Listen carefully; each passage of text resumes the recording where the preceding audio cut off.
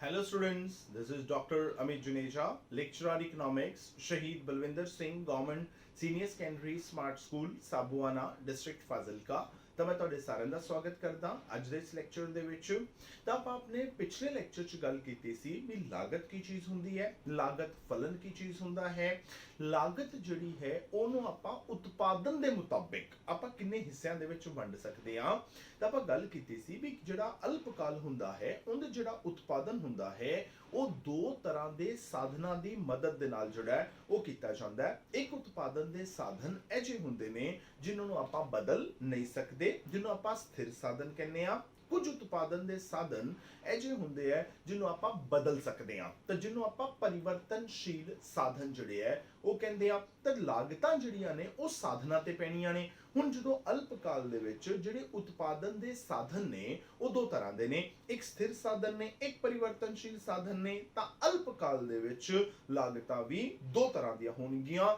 ਅਜਿਹੀਆਂ ਲਾਗਤਾਂ ਜਿਹੜੀਆਂ ਸਥਿਰ ਸਾਧਨਾਂ ਤੇ ਪੈਂਦੀਆਂ ਨੇ ਉਹਨੂੰ ਆਪਾਂ ਕਹਾਂਗੇ ਸਥਿਰ ਲਾਗਤਾਂ, ਜਿਹੜੀਆਂ ਪਰਿਵਰਤਨਸ਼ੀਲ ਸਾਧਨਾਂ ਤੇ ਪੈਂਦੀਆਂ ਨੇ ਉਹਨੂੰ ਆਪਾਂ ਕਹਾਂਗੇ ਪਰਿਵਰਤਨਸ਼ੀਲ ਲਾਗਤਾਂ। ਕਿਉਂਕਿ ਹੁਣ ਦੇਖੋ ਜਿਹੜੀਆਂ ਲਾਗਤਾਂ ਨੇ, ਠੀਕ ਧਿਆਨ ਨਾਲ ਸੋਚਣਾ ਵੀ ਹੁਣ ਜਦੋਂ ਆਪਾਂ ਦੀਰਘ ਕਾਲ ਦੀ ਗੱਲ ਕਰਾਂਗੇ ਆਪਾਂ ਕਹਾਂਗੇ ਦੀਰਘ ਕਾਲ 'ਚ ਟਾਈਮ ਬਹੁਤ ਹੈ ਜੀ ਸਾਡੇ ਕੋਲ। ਤਾਂ ਜੇਕਰ ਆਪਣੇ ਕੋਲ ਟਾਈਮ ਬਹੁਤ ਜ਼ਿਆਦਾ ਹੈ ਇਹਦਾ ਮਤਲਬ ਆਪਾਂ ਸਾਰੇ ਦੇ ਸਾਰੇ ਉਤਪਾਦਨ ਦੇ ਸਾਧਨ ਜਿਹੜੇ ਹੈ ਉਹ ਚੇਂਜ ਕਰ ਸਕਦੇ ਹਾਂ। ਜੇ ਆਪਾਂ ਸਾਰੇ ਦੇ ਸਾਰੇ ਉਤਪਾਦਨ ਦੇ ਸਾਧਨ ਚੇਂਜ ਕਰ ਸਕਦੇ ਹਾਂ ਮਤਲਬ ਸਾਰੇ ਦੇ ਸਾਰੇ ਉਤਪਾਦਨ ਦੇ ਸਾਧਨ ਕੀ ਹੋ ਗਏ, ਪਰਿਵਰਤਨਸ਼ੀਲ ਸਾਧਨ। ਜੇ ਸਾਰੇ ਸਾਧਨ ਪਰਿਵਰਤਨਸ਼ੀਲ ਨੇ ਤਾਂ ਸਾਰੀਆਂ ਲਾਗਤਾਂ ਵੀ ਕੀ ਹੋਣਗੀਆਂ, ਪਰਿਵਰਤਨਸ਼ੀਲ ਹੋਣਗੀਆਂ। ਮਤਲਬ ਦੀਰਘ ਕਾਲ ਦੇ ਵਿੱਚ ਸਾਰੀਆਂ ਲਾਗਤਾਂ ਪਰਿਵਰਤਨਸ਼ੀਲ ਹੁੰਦੀਆਂ ਨੇ। ਤਾਂ ਆਪਾਂ ਇਸ ਹਿਸਾਬ ਤੇ ਉਤਪਾਦਨ ਦੇ ਹਿਸਾਬ ਤੇ ਲਾਗਤਾਂ ਜਿਹੜੀਆਂ ਉਹਨਾਂ ਦੀ ਵੰਡ ਕਰ ਸਕਦੇ ਹਾਂ। ਜਦੋਂ ਆਪਾਂ ਅਲਪਕਾਲੀਨ ਲਾਗਤਾਂ ਦੀ ਗੱਲ ਕਰਾਂਗੇ ਆਪਾਂ ਦੋ ਤਰ੍ਹਾਂ ਦੀਆਂ ਲਾਗਤਾਂ ਦੇਖਾਂਗੇ, ਸਥਿਰ ਲਾਗਤਾਂ, ਪਰਿਵਰਤਨਸ਼ੀਲ ਲਾਗਤਾਂ। ਜਦੋਂ ਆਪਾਂ ਦੀਰਘ ਕਾਲ ਦੀ ਗੱਲ ਕਰਾਂਗੇ ਆਪਾਂ ਉਦੋਂ ਇੱਕ ਹੀ ਤਰ੍ਹਾਂ ਦੀ ਲਾਗਤਾਂ ਦੀ ਗੱਲ ਕਰਾਂਗੇ, ਸਿਰਫ ਤੇ ਸਿਰਫ ਕੀ ਹੋਣਗੀਆਂ, ਪਰਿਵਰਤਨਸ਼ੀਲ ਲਾਗਤਾਂ ਹੋਣਗੀਆਂ। ਕਿਸੇ ਤਰ੍ਹਾਂ ਦੀ ਕੋਈ ਸਥਿਰ ਲਾਗਤ ਜਿਹੜੀ ਹੈ ਉਹ ਨਹੀਂ ਹੋਏਗੀ।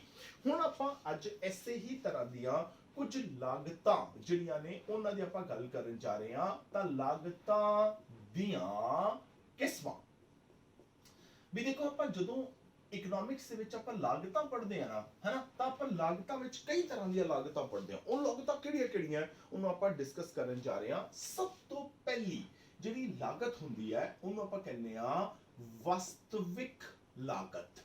ਠੀਕ ਹੈ, ਉਹਨੂੰ ਆਪਾਂ ਕੀ ਕਹਿੰਦੇ ਆ, ਵਾਸਤਵਿਕ ਲਾਗਤ। ਹੁਣ ਵਾਸਤਵਿਕ ਲਾਗਤ ਜਿਹੜੀ ਹੈ ਉਹ ਕੀ ਚੀਜ਼ ਹੈ? ਦੇਖੋ, ਵਾਸਤਵਿਕ ਲਾਗਤ ਜਿਹੜੀ ਹੈ ਪਹਿਲੀ ਚੀਜ਼ ਤਾਂ ਇਹ ਦਿਮਾਗ ਵਿੱਚ ਰੱਖਣੀ ਹੈ ਵੀ ਵਾਸਤਵਿਕ ਲਾਗਤ ਨੂੰ ਆਪਾਂ ਕਦੇ ਵੀ ਪੈਸਿਆਂ ਦੇ ਰੂਪ ਦੇ ਵਿੱਚ ਨਹੀਂ ਮਾਪਦੇ। ਪੈਸਿਆਂ ਦੇ ਰੂਪ 'ਚ ਨਹੀਂ ਮਾਪਣਾ ਇਹਨੂੰ। ਜਦੋਂ ਵੀ ਆਪਾਂ ਵਾਸਤਵਿਕ ਲਾਗਤ ਮਾਪਣੇ ਹਾਂ ਆਪਾਂ ਮਾਪਾਂਗੇ ਇਹਨੂੰ ਮਿਹਨਤ ਦੇ ਰੂਪ ਦੇ ਵਿੱਚ, ਇਹਨੂੰ ਆਪਾਂ ਮਾਪਾਂਗੇ ਤਿਆਗ ਦੇ ਰੂਪ ਦੇ ਵਿੱਚ। ਠੀਕ ਹੈ, ਇਹਨੂੰ ਆਪਾਂ ਮਾਪਾਂਗੇ ਕਿਸੇ ਵੀ ਚੀਜ਼ ਤੇ ਜੋ ਵੀ ਦੁੱਖ ਹੋ ਰਿਹਾ ਹੈ। ਠੀਕ ਹੈ, ਦੁੱਖ ਹੋ ਰਿਹਾ ਹੈ, ਤਕਲੀਫ ਹੋ ਰਹੀ ਹੈ, ਉਸ ਚੀਜ਼ ਦੇ ਵਿੱਚ ਆਪਾਂ ਇਹਨੂੰ ਮਾਪਾਂਗੇ। ਠੀਕ ਹੈ, ਹੁਣ ਇਹ ਦੁੱਖ ਤਕਲੀਫ ਦਾ ਮਤਲਬ ਕੀ ਹੈ ਆਪਾਂ ਹੁਣੇ ਕਲੀਅਰ ਕਰਦੇ ਹਾਂ। ਦੇਖੋ, ਜਿਹੜੀਆਂ ਵਾਸਤਵਿਕ ਲਾਗਤਾਂ ਨੇ ਇਹਨੂੰ ਮਾਪਿਆ ਜਾਂਦਾ ਹੈ ਵੀ ਜਦੋਂ ਵੀ ਆਪਾਂ ਕਿਸੇ ਵੀ ਚੀਜ਼ ਦਾ ਉਤਪਾਦਨ ਕਰਦੇ ਹਾਂ ਤਾਂ ਉਹਦੇ ਉੱਪਰ ਆਪਾਂ ਨੂੰ ਮਿਹਨਤ ਕਰਨੀ ਪੈਂਦੀ ਹੈ ਨਾ। ਜੇ ਮੰਨ ਲਓ ਮੈਂ ਤੁਹਾਨੂੰ ਪੜ੍ਹਾ ਰਿਹਾ ਤਾਂ ਮੈਂ ਤੁਹਾਨੂੰ ਪੜ੍ਹਾ ਰਿਹਾ ਤਾਂ obvious ਹੈ ਮੈਂ ਮਿਹਨਤ ਕਰ ਰਿਹਾ ਕਿਉਂਕਿ ਮੈਂ ਇੰਨੀ ਦੇਰ ਤੋਂ ਬੋਲੀ ਜਾਂਦਾ ਪਿਆ ਤਾਂ ਮੇਰਾ ਗਲਾ ਤਕਲੀਫ ਖਾ ਰਿਹਾ ਹੈ ਨਾ। ਤਾਂ ਮੈਂ ਕਹਿੰਦਾ ਕਿ ਅਗਰ ਮੇਰਾ ਲੈਕਚਰ ਜਿਹੜਾ ਹੈ ਉਹ 35 ਮਿੰਟ ਦਾ ਹੈ ਤਾਂ ਮੈਂ ਤੁਹਾਡੇ ਉੱਪਰ 35 ਮਿੰਟ ਦੀ ਮਿਹਨਤ ਕੀਤੀ ਤਾਂ ਹੀ ਤੁਹਾਨੂੰ ਲੈਕਚਰ ਸਮਝ ਆਏਗਾ। ਜੇ ਮੈਂ ਮਿਹਨਤ ਨਹੀਂ ਕਰਾਂਗਾ, ਜੇ ਮੇਰੇ ਕਨਸੈਪਟ ਕਲੀਅਰ ਨਹੀਂ ਹੋਣਗੇ ਤਾਂ ਫਿਰ ਮੈਂ ਤੁਹਾਨੂੰ ਟੌਪਿਕ ਕਿਵੇਂ ਕਲੀਅਰ ਕਰਾ ਸਕਦਾ? ਅਗਰ ਮੈਂ ਤੁਹਾਨੂੰ ਟੌਪਿਕ ਕਲੀਅਰ ਕਰਾਣਾ ਹੈ ਮੈਨੂੰ ਮਿਹਨਤ ਕਰਨੀ ਪਏਗੀ, ਮੈਨੂੰ ਖੁਦ ਪੜ੍ਹਨਾ ਪਏਗਾ, ਮੈਨੂੰ ਖੁਦ ਕਨਸੈਪਟ ਕਲੀਅਰ ਕਰਨੇ ਪੈਣਗੇ। ਤਾਂ ਮੈਂ ਤੁਹਾਡੇ ਉੱਪਰ ਲੈਕਚਰ ਦੇ ਵਿੱਚ 35 ਮਿੰਟ ਮਿਹਨਤ ਕੀਤੀ। ਮੈਂ ਕਹਾਂਗਾ ਤੁਹਾਨੂੰ ਪੜ੍ਹਾਉਣ ਦੀ ਵਾਸਤਵਿਕ ਲਾਗਤ ਕਿੰਨੀ ਹੈ? 35 ਮਿੰਟ, ਕਿਉਂਕਿ ਮੈਂ ਕਿੰਨੀ ਮਿਹਨਤ ਕੀਤੀ ਹੈ? 35 ਮਿੰਟ ਦੀ ਮਿਹਨਤ ਕੀਤੀ ਹੈ। ਗੱਲ ਸਮਝ ਆ ਰਹੀ ਹੈ ਨਾ? ਐਵੇਂ ਆਪਾਂ ਕੀ ਕਰਦੇ ਆ, ਆਪਾਂ ਮੰਨ ਲਓ ਆਦੇ ਘਰੇ ਇੱਕ ਮਜ਼ਦੂਰ ਬੁਲਾਇਆ। ਠੀਕ, ਮਜ਼ਦੂਰ ਸਵੇਰੇ ਆਇਆ 8 ਵਜੇ, ਸ਼ਾਮ ਨੂੰ 4 ਵਜੇ ਤੱਕ ਉਹ ਬੰਦਾ ਲਗਾਤਾਰ ਕੰਮ ਕਰਦਾ ਰਿਹਾ। ਤਾਂ ਸਵੇਰੇ 8 ਵਜੇ ਤੋਂ ਲੈ ਕੇ ਸ਼ਾਮੀ 4 ਵਜੇ ਤੱਕ ਕਿੰਨੇ ਘੰਟੇ ਹੋ ਗਏ? 8 ਘੰਟੇ। ਤਾਂ ਉਹ ਬੰਦੇ ਨੇ 8 ਘੰਟੇ ਆਪਣੇ ਘਰ ਦੇ ਵਿੱਚ ਕੰਮ ਕੀਤਾ, ਮਿਹਨਤ ਕੀਤੀ। ਮੈਂ ਕਹਾਂਗਾ ਵਾਸਤਵਿਕ ਲਾਗਤ ਕਿੰਨੀ? 8 ਘੰਟੇ। ਮੰਨ ਲਓ ਵੀ ਆਪਾਂ ਕੀ ਕੀਤਾ, ਇੱਕ ਲੱਕੜ ਵਾਲਾ ਮਿਸਤਰੀ ਜਿਹੜਾ ਹੈ ਉਹ ਘਰੇ ਬੁਲਾ ਲਿਆ। ਲੱਕੜ ਵਾਲੇ ਮਿਸਤਰੀ ਨੂੰ ਕਿਹਾ ਕਿ ਇੱਕ ਟੇਬਲ ਬਣਾਉਣਾ ਹੈ। ਠੀਕ, ਉਹ ਕਹਿੰਦੇ ਜੀ ਟੇਬਲ ਬਣਾਉਣ ਤੇ ਮੇਰੀਆਂ 2 ਦਿਹਾੜੀਆਂ ਲੱਗਣਗੀਆਂ। ਹੁਣ ਧਿਆਨ ਨਾਲ ਸੋਚੋ ਵੀ ਜੇ ਉਹ ਕਹਿੰਦਾ ਪਿਆ ਕਿ ਟੇਬਲ ਬਣਾਉਣ ਤੇ ਮੇਰੀਆਂ 2 ਦਿਹਾੜੀਆਂ ਲੱਗਣਗੀਆਂ, ਇੱਕ ਦਿਹਾੜੀ ਹੁੰਦੀ ਹੈ 8 ਘੰਟੇ ਦੇ ਬਰਾਬਰ, ਮਤਲਬ ਉਹ ਕਹਿੰਦਾ ਹੈ ਕਿ ਮੈਂ 2 ਦਿਹਾੜੀਆਂ ਲਾਵਾਂਗਾ, ਮਤਲਬ ਟੇਬਲ ਬਣਾਉਣ ਲੱਗਿਆ ਮੈਨੂੰ 16 ਘੰਟੇ ਲੱਗਣਗੇ, ਮਤਲਬ ਉਹ ਉਸ ਟੇਬਲ ਨੂੰ ਬਣਾਉਣ ਲੱਗਿਆ 16 ਘੰਟੇ ਮਿਹਨਤ ਕਰੇਗਾ। ਮੈਂ ਕਹਾਂਗਾ ਵਾਸਤਵਿਕ ਲਾਗਤ ਕਿੰਨੀ ਹੈ? 16 ਘੰਟੇ ਦੀ ਲਾਗਤ ਹੈ। ਮੈਂ ਹਾਲੇ ਸਿਰਫ ਮਿਹਨਤ ਵਰਡ ਐਕਸਪਲੇਨ ਕਰ ਰਿਹਾ, ਆ ਤਿਆਗ ਦੁੱਖ ਤਕਲੀਫ ਹਾਲੇ ਮੈਂ ਇੱਥੇ ਨਹੀਂ ਪਹੁੰਚਿਆ, ਸਿਰਫ ਮਿਹਨਤ ਦੀ ਗੱਲ ਕਰ ਰਿਹਾ ਵੀ ਕਿਸੇ ਵੀ ਕੰਮ ਨੂੰ ਕਰਨ ਲੱਗਿਆ ਤੁਹਾਨੂੰ ਜਿੰਨੀ ਮਿਹਨਤ ਕਰਨੀ ਪੈਂਦੀ ਹੈ ਉਹ ਮਿਹਨਤ ਕੀ ਹੋਏਗੀ, ਉਸ ਚੀਜ਼ ਦੀ ਵਾਸਤਵਿਕ ਲਾਗਤ ਜਿਹੜੀ ਹੈ ਉਹ ਹੋਏਗੀ। ਹੁਣ ਗੱਲ ਇੱਥੇ ਇੱਕ ਹੋਰ ਉੱਠਦੀ ਹੈ ਵੀ ਜਦੋਂ ਆਪਾਂ ਮਿਹਨਤ ਦੀ ਗੱਲ ਕਰਦੇ ਆ ਤਾਂ ਮਿਹਨਤ ਜ਼ਰੂਰੀ ਨਹੀਂ ਹੈ ਕਿ ਫਿਜ਼ੀਕਲੀ ਹੋਏਗੀ, ਮਤਲਬ ਬੱਠਲ ਚੱਕੇ ਜਾ ਰਹੇ ਨੇ ਜਾਂ ਇੱਟਾਂ ਚੱਕੀਆਂ ਜਾ ਰਹੀਆਂ ਨੇ ਜਾਂ ਮੇਜ਼ ਬਣਾਉਣ ਵਾਸਤੇ ਮਸ਼ੀਨਾਂ ਚਲਾਈਆਂ ਜਾ ਰਹੀਆਂ ਨੇ, ਇਹ ਤਾਂ ਫਿਜ਼ੀਕਲ ਹੈ, ਸਰੀਰਕ ਮਿਹਨਤ ਹੈ। ਹੁਣ ਜੋ ਮੈਂ ਪੜ੍ਹਾ ਰਿਹਾ ਉਹ ਕੀ ਹੈ? ਉਹ ਦਿਮਾਗੀ ਮਿਹਨਤ ਹੈ ਨਾ। ਤਾਂ ਮੈਂ ਜਿਹੜੀ ਮਿਹਨਤ ਦੀ ਗੱਲ ਕਰਨੀ ਹੈ ਉਹ ਸਿਰਫ ਸਰੀਰਕ ਮਿਹਨਤ ਦੀ ਗੱਲ ਨਹੀਂ ਕਰਨੀ, ਉਹ ਦਿਮਾਗੀ ਮਿਹਨਤ ਦੀ ਵੀ ਗੱਲ ਕਰਨੀ ਹੈ। ਤਾਂ ਜਦੋਂ ਵੀ ਆਪਾਂ ਵਾਸਤਵਿਕ ਲਾਗਤ ਦੇਖਾਂਗੇ ਆਪਾਂ ਇਹ ਨਹੀਂ ਵੇਖਾਂਗੇ ਕਿ ਉਹ ਕੰਮ ਨੂੰ ਕਰਨ ਲੱਗਿਆ ਕਿੰਨੀ ਸਰੀਰਕ ਮਿਹਨਤ ਕਰਨੀ ਪਈ, ਨਾਲ ਦੇ ਨਾਲ ਦੇਖੋ ਕਈ ਕੰਮ ਅਜਿਹੇ ਹੁੰਦੇ ਨੇ ਜਿਨ੍ਹਾਂ ਸਰੀਰਕ ਮਿਹਨਤ ਦੀ ਲੋੜ ਨਹੀਂ ਹੁੰਦੀ, ਜਿਨ੍ਹਾਂ ਚ ਨਾ ਜਿਹੜੀ ਦਿਮਾਗੀ ਮਿਹਨਤ ਹੈ, ਮਾਨਸਿਕ ਮਿਹਨਤ ਜਿਹਨੂੰ ਆਪਾਂ ਕਹਿੰਦੇ ਆ, ਉਹਦੀ ਲੋੜ ਹੁੰਦੀ ਹੈ। ਤਾਂ ਆਪਾਂ ਉਹਨੂੰ ਵੀ ਦੇਖਾਂਗੇ। ਜਿਵੇਂ ਹੁਣ ਮੈਂ ਗੱਲ ਕੀਤੀ ਵੀ ਤੁਹਾਨੂੰ ਪੜ੍ਹਾ ਰਿਹਾ ਤਾਂ 35 ਮਿੰਟ ਲੈਕਚਰ ਲਾਈਏ ਨਾ, ਤਾਂ 35 ਮਿੰਟ ਦਾ ਲੈਕਚਰ ਜਿਹੜਾ ਉਹ ਮੇਰੀ ਦਿਮਾਗੀ ਮਿਹਨਤ ਹੈ, ਤਾਂ ਉਹ ਕੀ ਹੋਏਗਾ? ਉਸ ਤੁਹਾਨੂੰ ਪੜ੍ਹਾਉਣ ਦੀ ਵਾਸਤਵਿਕ ਲਾਗਤ ਜਿਹੜੀ ਹੈ ਉਹ ਹੋ ਜਾਏਗੀ। ਹੁਣ ਇਹਦੇ ਚ ਨਾ ਇੱਕ ਪੇਜ ਜਿਹੜਾ ਉਹ ਹੋਰ ਫਸਦਾ ਹੈ ਕਿ ਮੰਨ ਲਓ ਵੀ ਆਪਾਂ ਇੱਥੇ ਇੱਕ ਐਗਜ਼ਾਮਪਲ ਲੈਣਾ, ਮੰਨ ਲਓ ਆਪਾਂ ਦੇ ਘਰੇ ਮੇਜ਼ ਬਣਾਉਣਾ ਹੈ, ਤਾਂ ਆਪਾਂ ਕੀ ਕੀਤਾ? ਲੱਕੜ ਵਾਲਾ ਮਿਸਤਰੀ ਬੁਲਾਇਆ, ਠੀਕ। ਲੱਕੜ ਵਾਲਾ ਮਿਸਤਰੀ ਕਹਿੰਦਾ ਵੀ ਇਹ ਮੇਜ਼ ਜਿਹੜਾ ਨਾ ਉਹ ਬਣਾਉਣ ਲੱਗਿਆ ਲੱਗਣਗੇ 2 ਦਿਹਾੜੀਆਂ, ਤਾਂ 2 ਦਿਹਾੜੀਆਂ ਦਾ ਮਤਲਬ ਹੋ ਗਿਆ ਵੀ ਇਹਨੂੰ ਬਣਾਉਣ ਲੱਗਿਆ ਲੱਗਣਗੇ 16 ਘੰਟੇ, ਇੱਕ ਦਿਹਾੜੀ 8 ਘੰਟੇ ਦੀ ਹੋਗੀ, ਤਾਂ ਮੇਜ਼ ਬਣਾਉਣ ਲੱਗਿਆ 16 ਘੰਟੇ ਲੱਗਣਗੇ। ਤਾਂ ਮੈਂ ਕਹਾਂਗਾ 16 ਘੰਟੇ ਉਸ ਮਿਸਤਰੀ ਨੂੰ ਉਸ ਮੇਜ਼ ਦੇ ਉੱਪਰ ਮਿਹਨਤ ਕਰਨੀ ਪਏਗੀ, ਤਾਂ ਉਹ ਕੀ ਹੋ ਜਾਏਗੀ? ਵਾਸਤਵਿਕ ਲਾਗਤ, ਠੀਕ। ਮੈਂ ਇੱਕ ਹੋਰ ਬੰਦੇ ਨੂੰ ਬੁਲਾ ਲਿਆ, ਉਹ ਕਹਿੰਦਾ ਸਰ ਜੀ ਐਵੇਂ ਬਕਵਾਸ ਮਾਰਦਾ ਹੈ ਜੀ, ਕੋਈ 2 ਦਿਹਾੜੀਆਂ ਦਾ ਕੰਮ ਨਹੀਂ ਹੈਗਾ, 1.5 ਦਿਹਾੜੀ 'ਚ ਟੇਬਲ ਬਣ ਜਾਂਦਾ ਹੈ, ਐਵੇਂ ਤੁਹਾਨੂੰ ਲਟਕਾਏਗਾ ਫालतू ਦਾ। ਮਤਲਬ ਹੁਣ ਕੀ ਹੋਇਆ ਵੀ ਅਸਲ ਦੇ ਵਿੱਚ ਅਸਲ ਮਿਹਨਤ ਜਿਹੜੀ ਹੈ ਉਸ ਮੇਜ਼ ਦੇ ਉੱਪਰ ਕਿੰਨੀ ਲੋੜੀਂਦੀ ਹੈ? ਉਹ ਕਹਿੰਦਾ ਸਰ ਜੀ 1.5 ਦਿਹਾੜੀਆਂ ਦਾ ਕੰਮ ਹੈਗਾ, 12 ਘੰਟੇ ਦੀ ਮੇਜ਼ ਬਣ ਜਾਂਦਾ ਹੈ, ਐਵੇਂ ਹੌਲੀ ਹੌਲੀ ਲੱਗਿਆ ਰਹੇਗਾ, ਐਵੇਂ ਤੁਹਾਨੂੰ ਖਰਾਬ ਕਰੇਗਾ। ਮਤਲਬ ਆਮ ਤੌਰ ਤੇ ਕੀ ਹੁੰਦਾ, ਅਗਰ ਮੰਨ ਲਓ ਮੈਂ ਨੌਕਰੀ ਪੇਸ਼ਾ ਆਦਮੀ ਆ, ਠੀਕ ਹੈ, ਮੇਰੇ ਕੋਲ ਟਾਈਮ ਨਹੀਂ ਹੈਗਾ, ਠੀਕ। ਅਗਰ ਮੈਂ ਕਹਾਂ ਕਿ ਮੈਂ ਮਕਾਨ ਬਣਾਉਣਾ ਹੈ ਤਾਂ ਮਕਾਨ ਬਣਾਉਣ ਦੇ 2 ਤਰੀਕੇ ਨੇ, ਜਾਂ ਤਾਂ ਆਪਾਂ ਮਕਾਨ ਜਿਹੜਾ ਉਹ ਦਿਹਾੜੀਆਂ ਤੇ ਬਣਾ ਸਕਦੇ ਹਾਂ, ਜਾਂ ਆਪਾਂ ਕੀ ਕਰ ਸਕਦੇ ਹਾਂ, ਠੇਕਾ ਦੇ ਦਿੰਦੇ ਹਾਂ ਮਕਾਨ ਦਾ, ਲੈ ਵੀ ਠੇਕਾ ਚੁਕਾਇਆ, ਠੀਕ ਹੈ, ਇੰਨੇ ਰੁਪਏ ਫੁੱਟ ਦੇ ਹਿਸਾਬ ਨਾਲ ਠੇਕਾ ਹੋਇਆ, ਚੱਲ ਬਣਾ। ਮਤਲਬ ਮੈਨੂੰ ਉੱਤੇ ਬਹਿਣ ਦੀ ਲੋੜ ਨਹੀਂ ਹੈਗੀ, ਮਿਸਤਰੀ ਨੂੰ ਪਤਾ ਹੈ ਵੀ ਜਿੰਨੀ ਜਲਦੀ ਮੈਂ ਮਕਾਨ ਬਣਾਵਾਂਗਾ ਉਨੀ ਜਲਦੀ ਮੈਨੂੰ ਪੈਸੇ ਮਿਲਣਗੇ। ਜੇ ਮੰਨ ਲਓ ਮੈਂ ਕੰਮ ਕਰਾਉਣਾ ਦਿਹਾੜੀਆਂ ਤੇ, ਉਹ ਕੀ ਹੈ, ਉਹ ਕਹੇਗਾ ਲਟਕਾਓ ਕੰਮ ਨੂੰ, ਵੀ ਜਿੰਨੇ ਦਿਨ ਜ਼ਿਆਦਾ ਲਾਵਾਂਗੇ ਉਨੇ ਪੈਸੇ ਜ਼ਿਆਦਾ ਮਿਲਣਗੇ, ਉਹ ਕੰਮ ਨੂੰ ਲਟਕਾਉਣ ਦੀ ਕੋਸ਼ਿਸ਼ ਕਰੇਗਾ। ਜੇ ਠੇਕੇ ਤੇ ਦੇ ਦਿਆਂਗੇ ਤਾਂ ਜਲਦੀ ਕਰ ਦੇਗਾ। ਤਾਂ ਮਤਲਬ ਜਦੋਂ ਆਪਾਂ ਵਾਸਤਵਿਕ ਲਾਗਤ ਲੈਣੀ ਹੈ, ਧਿਆਨ ਰੱਖਣਾ ਹੈ ਆਪਾਂ ਉਹ ਲਾਗਤ ਨਹੀਂ ਲੈਣੀ ਜੋ ਉਸ ਬੰਦੇ ਨੇ ਉਸ ਕੰਮ ਨੂੰ ਕਰਨ ਲੱਗਿਆ ਕੀਤੀ, ਨਾ ਉਹ ਨਹੀਂ ਲੈਣੀ। ਮੰਨ ਲਓ ਕਹਿੰਦਾ ਕਿ ਲੋ ਜੀ ਮੈਂ ਤਾਂ ਮੇਜ਼ ਬਣਾਉਂਦੇ 2 ਦਿਹਾੜੀਆਂ ਲਾਤੀਆਂ, ਮੈਂ ਕਹਾਂਗਾ ਲੈ ਵੀ ਤੇਰੀ ਤਾਂ ਵਾਸਤਵਿਕ ਲਾਗਤ ਜਿਹੜੀ ਹੈ, ਤੇਰੀ ਤਾਂ ਮਿਹਨਤ ਜਿਹੜੀ ਹੈ ਉਹ 16 ਘੰਟੇ ਦੀ ਹੈ, ਤਾਂ ਤੇਰੀ ਵਾਸਤਵਿਕ ਲਾਗਤ 16 ਘੰਟੇ ਹੋਈ ਨਾ।